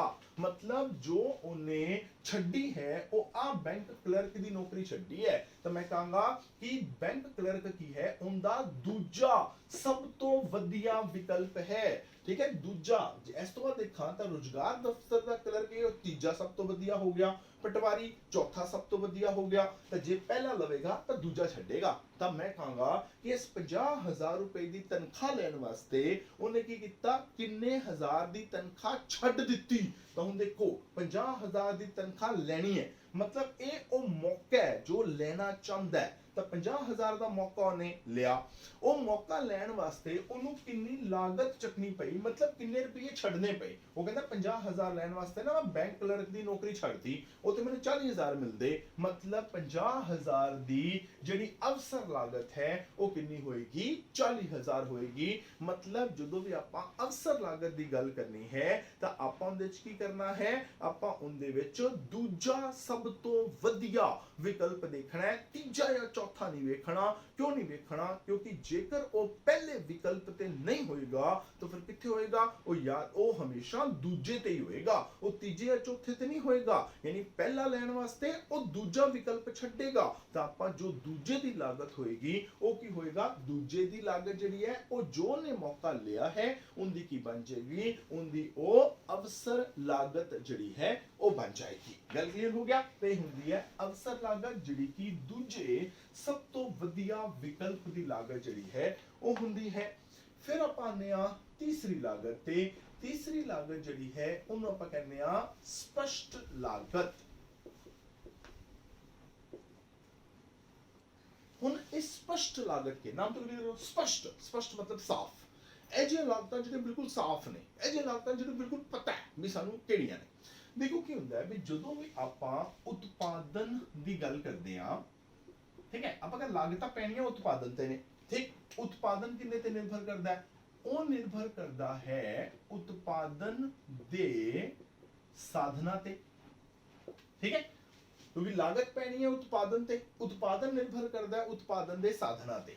ਹੁਣ ਉਤਪਾਦਨ ਦੇ ਸਾਧਨ ਹੈਗੇ ਨੇ ਮੰਨ ਲਓ ਚਾਰ, ਠੀਕ। ਇੱਕ ਹੈਗਾ ਭੂਮੀ, ਇੱਕ ਹੈਗਾ ਪੂੰਜੀ, ਇੱਕ ਹੈਗਾ ਮਜ਼ਦੂਰ ਤੇ ਇੱਕ ਹੈਗਾ ਉਦਮ। ਆ ਚਾਰ ਆਪਣੇ ਕੋਲ ਉਤਪਾਦਨ ਦੇ ਸਾਧਨ ਨੇ, ਠੀਕ ਹੈ। ਹੁਣ ਕੀ ਹੋਊਗਾ, ਇਹ ਜਦੋਂ ਵੀ ਇੱਕ ਉਤਪਾਦਕ ਉਤਪਾਦਨ ਕਰਨ ਵਾਸਤੇ ਜਾਏਗਾ, ਠੀਕ ਹੈ, ਜਦੋਂ ਵੀ ਇੱਕ ਉਤਪਾਦਕ ਉਤਪਾਦਨ ਕਰਨ ਵਾਸਤੇ ਜਾਏਗਾ, ਇਹ ਜਿੰਨੇ ਵੀ ਉਤਪਾਦਨ ਦੇ ਸਾਧਨ ਲੋੜੀਂਦੇ ਨੇ, ਜੋ ਵੀ ਉਹਨੂੰ ਚਾਹੀਦੇ ਨੇ, ਚਾਹੇ ਉਹ ਭੂਮੀ ਹੈ, ਚਾਹੇ ਉਹ ਪੂੰਜੀ ਹੈ, ਚਾਹੇ ਉਹ ਮਜ਼ਦੂਰ ਹੈ, ਚਾਹੇ ਉਹ ਉਦਮ ਹੈ, ਇਹ ਸਾਧਨ ਕੀ ਹੋਣਗੇ? ਕੁਝ ਸਾਧਨ ਤਾਂ ਅਜਿਹੇ ਹੋਣਗੇ ਜੋ ਉਸ ਉਤਪਾਦਕ ਦੇ ਆਪਦੇ ਖੁਦ ਦੇ ਹੋਣਗੇ, ਠੀਕ ਹੈ। ਕੁਝ ਕੀ ਹੋਣਗੇ? ਉਹਦੇ ਆਪਦੇ ਖੁਦ ਦੇ ਹੋਣਗੇ, ਵੀ ਲੋ ਜੀ ਤੱਕ ਆਪਣੇ ਘਰ ਦੇ ਹੈਗੇ ਆ। ਕੁਝ ਉਹਨੂੰ ਕੀ ਹੋਏਗਾ, ਬਾਜ਼ਾਰੋਂ ਲੈਣੇ ਪੈਣਗੇ। ਜਿਵੇਂ ਅਗਰ ਮੰਨ ਲਓ ਵੀ ਇੱਕ ਉਤਪਾਦਕ ਕਹਿੰਦਾ ਵੀ ਦੇਖੋ ਆਪਾਂ ਕਹਿੰਦੇ ਉਤਪਾਦਨ ਦੀ ਇੱਕ ਮਾਤਰਾ ਨਿਸ਼ਚਿਤ ਕਰਨੀ ਪਏਗੀ। ਉਹ ਕਹਿੰਦਾ ਲੋ ਜੀ ਅਸੀਂ ਕਣਕ ਉਗਾਣੀ ਹੈ, ਅਸੀਂ ਕਣਕ ਉਗਾਣੀ ਹੈ ਮੰਨ ਲਓ ਕਹਿੰਦਾ 50 ਕੁਇੰਟਲ, ਤਾਂ 50 ਕੁਇੰਟਲ ਕਣਕ ਵਾਸਤੇ ਜੋ ਸਾਨੂੰ ਲੋੜੀਂਦੇ ਸਾਧਨ ਨੇ, ਲੋੜੀਂਦੇ ਸਾਧਨ, ਉਹ ਕਹਿੰਦੇ ਸਭ ਤੋਂ ਪਹਿਲਾਂ ਤਾਂ ਸਾਨੂੰ ਚਾਹੀਦੀ ਹੈ ਜੀ 10 ਕਿੱਲੇ ਜ਼ਮੀਨ। ਵੀ ਅਗਰ 50 ਕੁਇੰਟਲ ਕਣਕ ਪੈਦਾ ਕਰਨੀ ਹੈ, 10 ਕਿੱਲੇ ਜ਼ਮੀਨ ਚਾਹੀਦੀ ਹੈ ਸਾਨੂੰ। ਉਹਦੇ ਵਾਸਤੇ 10 ਲੱਖ ਰੁਪਏ ਚਾਹੀਦੇ ਨੇ, ਠੀਕ ਹੈ। ਉਸ ਤੋਂ ਬਾਅਦ ਸਾਨੂੰ ਉਹਦੇ ਵਾਸਤੇ 20 ਮਜ਼ਦੂਰਾਂ ਦੀ ਲੋੜ ਹੈ ਤੇ ਉਹਦੇ ਵਾਸਤੇ ਸਾਨੂੰ 4 ਉਦਮਕਰਤਾ ਚਾਹੀਦੇ ਨੇ। ਆ ਸਾਨੂੰ ਚਾਹੀਦਾ, ਠੀਕ ਹੈ। ਉਹ ਕਹਿੰਦੇ ਲੋ ਜੀ ਆ ਤਾਂ ਸਾਡੇ ਇਹਦੇ ਵਿੱਚੋਂ ਨਾ ਘਰ ਦੇ ਸਾਧਨ, ਆ ਹੈਗੇ ਨੇ ਬਾਜ਼ਾਰੀ ਸਾਧਨ। ਬਾਜ਼ਾਰੀ ਮਤਲਬ ਜੋ ਬਾਜ਼ਾਰ ਤੋਂ ਲੈਣੇ ਪੈਣਗੇ। ਉਹ ਕਹਿੰਦੇ ਲੋ ਜੀ ਹੁਣ ਸਾਨੂੰ ਅਗਰ 50 ਕੁਇੰਟਲ ਕਣਕ ਪੈਦਾ ਕਰਨੀ ਹੈ ਨਾ, ਸਾਨੂੰ 10 ਕਿੱਲੇ ਜ਼ਮੀਨ ਚਾਹੀਦੀ ਹੁੰਦੇ ਵਾਸਤੇ। ਉਹ ਕਹਿੰਦੇ 10 ਕਿੱਲੇ ਦੇ ਵਿੱਚੋਂ 6 ਕਿੱਲੇ ਜਿਹੜੀ ਹੈ ਉਹ ਤਾਂ ਆਪਣੇ ਕੋਲ ਹੈਗੀ ਹੈ, ਇਹ ਤਾਂ ਸਾਡੇ ਘਰ ਦੀ ਜ਼ਮੀਨ ਹੈ 6 ਕਿੱਲੇ।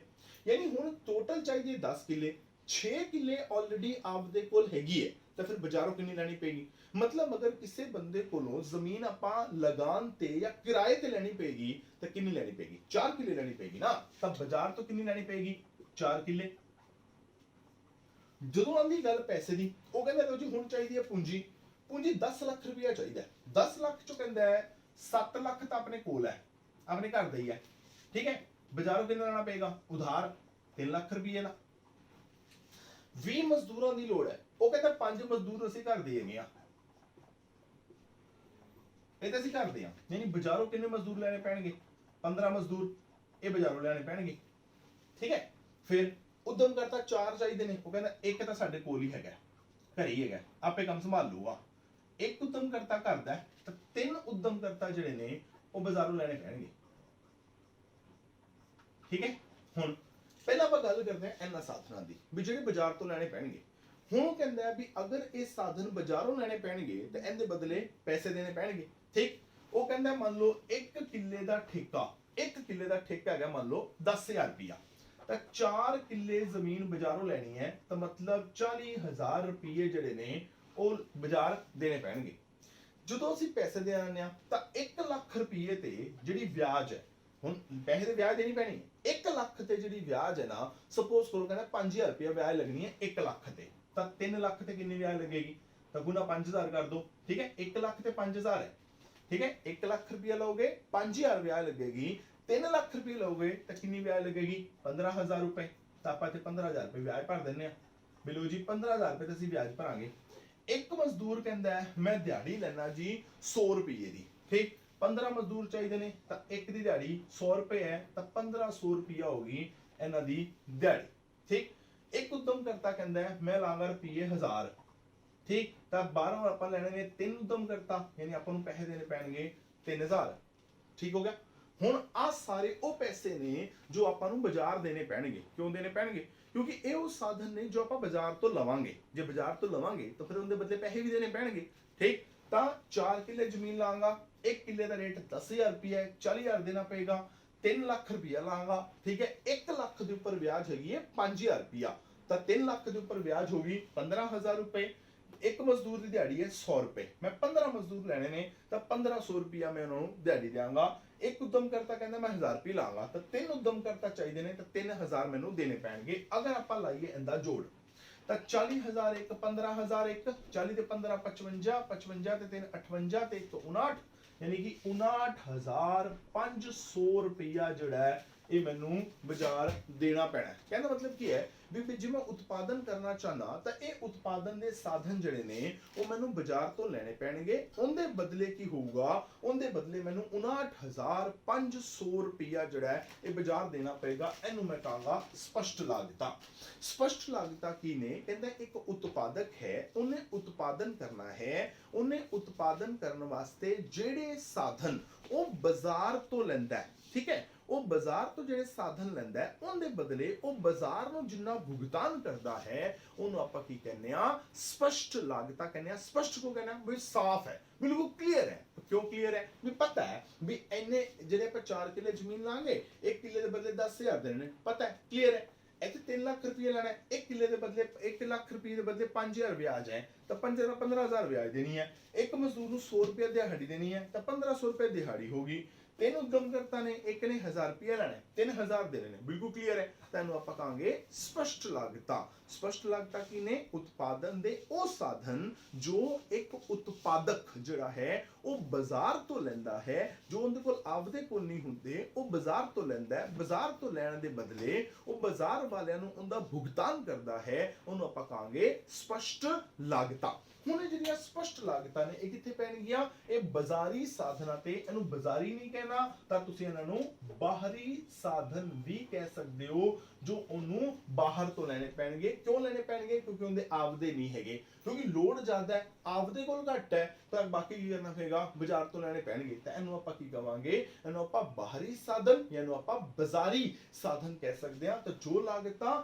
ਬਾਜ਼ਾਰੀ ਸਾਧਨਾਂ ਤੇ ਪੈਂਦੀਆਂ ਨੇ ਉਹਨੂੰ ਆਪਾਂ ਸਪਸ਼ਟ ਲਾਗਤਾਂ ਜਿਹੜੀਆਂ ਨੇ ਉਹਦਾ ਆਪਾਂ ਨਾਮ ਦਿੰਦੇ ਆ। ਠੀਕ ਹੋ ਗਿਆ? ਹੁਣ ਇਹਦੇ ਜਿਹੜੇ ਹੁਣ ਘਰ ਦੇ ਸਾਧਨ ਨੇ, ਕੁਝ ਲਾਗਤਾਂ ਇਹਦੇ ਤੇ ਵੀ ਪੈਣਗੀਆਂ। ਇਹ ਜਿਹੜੀਆਂ ਲਾਗਤਾਂ ਨੇ ਉਹ ਆਪਾਂ ਆਪਣੇ ਅਗਲੇ ਲੈਕਚਰ 'ਚ ਡਿਸਕਸ ਕਰਾਂਗੇ। ਤਾਂ ਮਿਲਦੇ ਆ ਆਪਣੇ ਅਗਲੇ ਲੈਕਚਰ ਦੇ ਵਿੱਚ। Till then it's goodbye from my side. Thank you very much and all the best.